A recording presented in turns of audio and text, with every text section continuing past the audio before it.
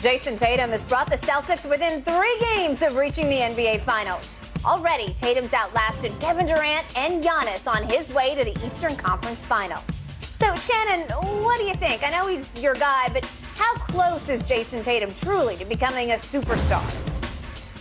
He's right there. He has that one barrier to get over. He is an MVP candidate. He has the ability to lead a team to an NBA championship. We watched him outplay Kevin Durant in the first round. We see him go head-to-head with Giannis in the second round. And right now, Skip, what it is that expectations and consistency. Right now, we're not seeing the consistency because we've seen him explode for 47. We've seen him go for 50. And then he have these games like he had at Game 3, or he plays like he played in Game 1. And that's unacceptable, where he gets off to the great start, and then he basically disappears in the second half. But, Skip, you're talking about a guy that can shoot the ball. He got three-point range. He got a mid-range game. He can post you. He's good at the free throw line. He can be a elite defender. We saw him hold Kevin Durant to under 40% shooting in the first round. He's a total package. They list him at 6'8", but he looks like he's about 6'9", 6'10", can do it all. He has an array in which he can beat his guy. But right now, Skip, he's not there yet. I just need to see the consistency on a more consistent level. What I see from Giannis on a nightly basis. What I see from Nikola Jokic on a nightly basis. What I see from the Stephs and the Luka Doncic and the LeBron James and the Kevin Durants. That's what I'm going to need to see from Jayson Tatum. Skip, he's right there.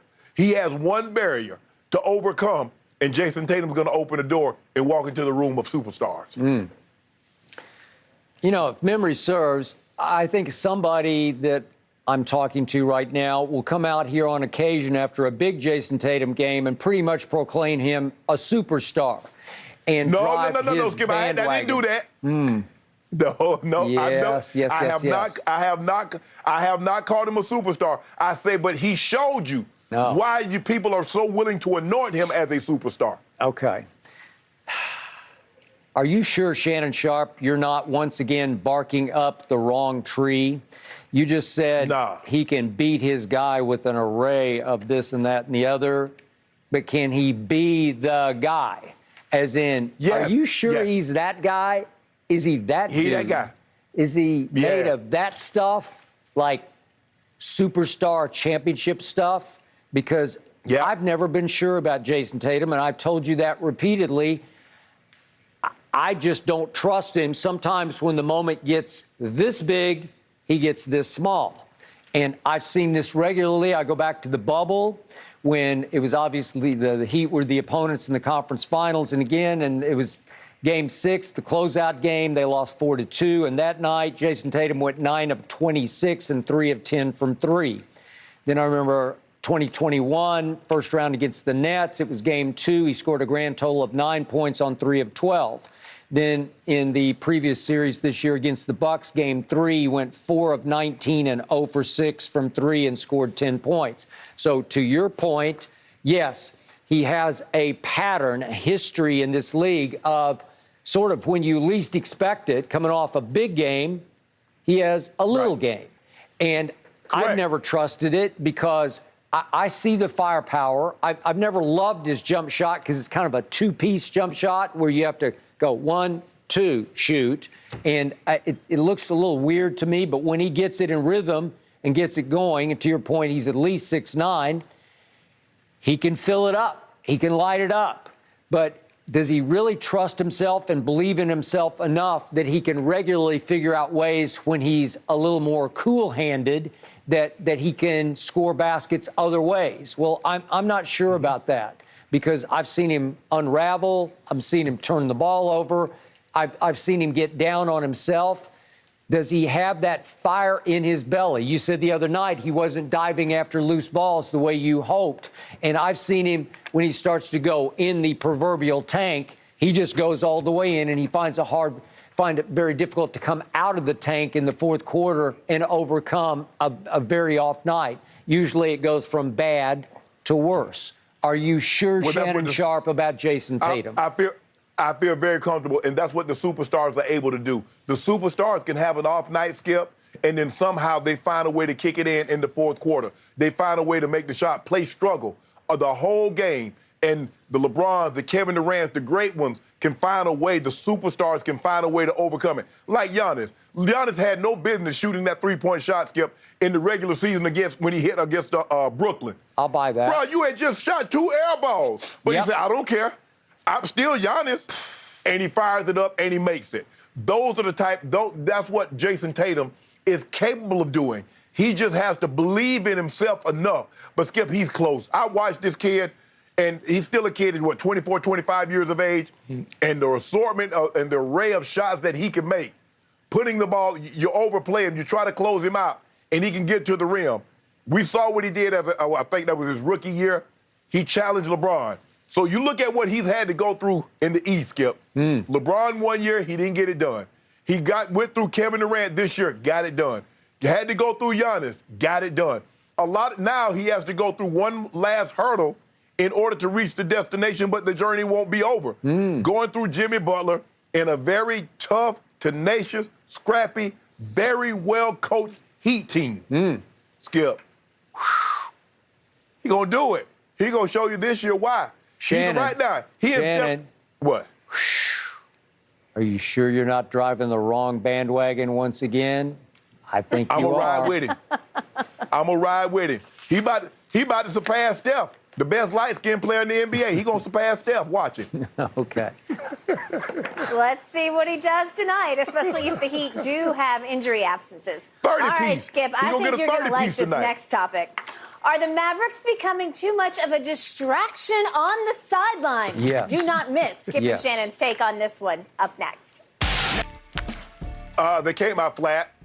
And that's the last thing I would have expected, Skip, the way they played the 2 nights ago, that got that big win on the road, took home court away from the Miami Heat. I expected them to come in front of their home crowd to consolidate that big win on the road. And what did they do? They come out flat. The thing that got them in trouble in game 1, Skip, they were in control. And what did they start doing in the third quarter?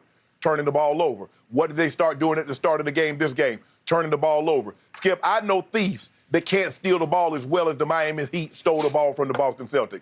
I don't know. You covered the game, followed the game a lot longer than I have. I've never seen a team steal the ball from another team like the Heat took the ball from the Boston Celtics. I've never seen that. Skip, I get it. Sometimes you go to these little league games and the kids just learning how to play basketball, and somebody's a little better, a little bit more talent. They just come and take the ball from the kid. That's kind of like what it looked like. 19 steals in a game, Skip. 19-2. 24 turnovers to 9. The Miami Heat attempted 22 more shots. And I'm like, really? It's almost like Jayson Tatum. Jaylen Brown in the third quarter, it's like if he doesn't look at the ball and dribble it, he's trying to go behind his back. He's trying to split the double team by going between his legs. I'm like, bruh, that's unnecessary. And once you got that big lead, the crowd could really never get into the game until late in the ball game. Give the Miami Heat credit because the Celtics cut it down to 1, and Strus comes back, Skip, late in the fourth quarter, and hit a 3 to put them up back by 4. Bam gets a layup in the 6th, and the game was basically over at that point. Skip, the thing about being a superstar is expectation and consistency. Far too many times, and I think this is why I have a hard time putting Jimmy Butler in the superstar category, because he'll give you 40 and then he'll give you 10. And we saw that from Jayson Tatum, Skip. We keep seeing he has these monster games, and then he has a game like this where he gives you 10 points. He turns it over 6 times. I haven't labeled him a superstar. I said he's on the cusp of becoming a superstar because we have expectations for Jayson Tatum. And a lot of time, he meets those expectations. But the superstar, once you get to this level, the KDs, the LeBrons, and those guys, they're not giving you 40 and then turning around and giving you 10.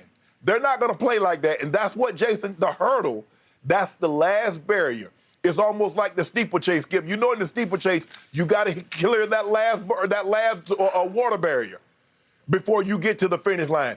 This is the last barrier that Jayson Tatum needs to clear in order to be that superstar. But Skip, I was thoroughly disappointed with how the Celtics started this ball game, and then they lose Jimmy Butler, and you still lose this ball game. Now, I'm going to tell you what's going to happen tonight. They're going to come out and beat the brakes off the Heat tonight. You know that. I know that. So, but I was very disappointed with how the Celtics played. You can't play a game after you, as well as you played, to steal home court, and for you to give it right back to them is unacceptable. Okay, my turn. Allow me to frame just how shameful this loss was for your Boston Celtics. This was all time. How in the name of Larry Joe Bird could you come up this small, especially in the second half of a game in which Jimmy Butler could not play? All I'd heard for the previous 48 hours from people I know, people texting me, NBA people, you're wrong about Miami. They can't score in the half court. It's Jimmy or bust. And I kept saying, no. They have the sixth man of the year in Tyler Hero. They have a Bam who has been an all-star who did average 19 and 10. And yet the disgrace here for Boston is that Jimmy Butler, for whatever reason, could not go with knee inflammation in the second half. And Tyler Hero might as well have not gone in the second half because he was a disaster in this game. So my second scoring option goes 4 of 15 and 0.